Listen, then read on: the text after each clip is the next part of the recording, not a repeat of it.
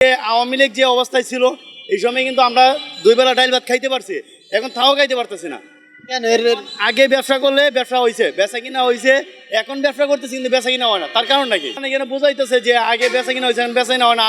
আওয়ামী লীগ পতনের পর কোনো বেচা কিনা নাই।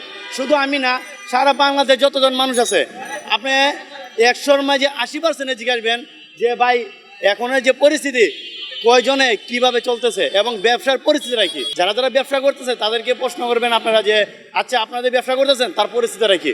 যদি একটা ব্যক্তি বলতে পারে যে ভালো, তার পায়ে ধরে আমি সারা জীবন তার গোলামি করবো, তবে সে ভালোটা দেখাই তৈব 10 জন মানুষের মিলিয়ে।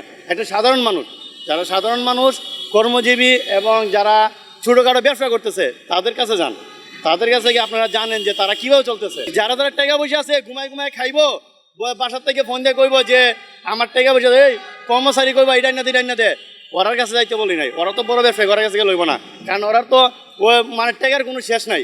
ওরা কম না বেশি এরা বুঝবো না। বুঝবো কারা? যারা একটা চা বিক্রি করে, যারা মনে করেন ছোটো মোটো একটা ব্যানের মাঝে একটা কাপড় বিক্রি করে, ব্যানের মাঝে একটা সবজি বিক্রি করে, তারা বুঝবো এটা দেশে যে কি পরিস্থিতিটা চলতেছে। নির্বাচন এখনের যে পরিস্থিতি, এই পরিস্থিতির মাঝে নির্বাচন না হওয়াটাই বেটার।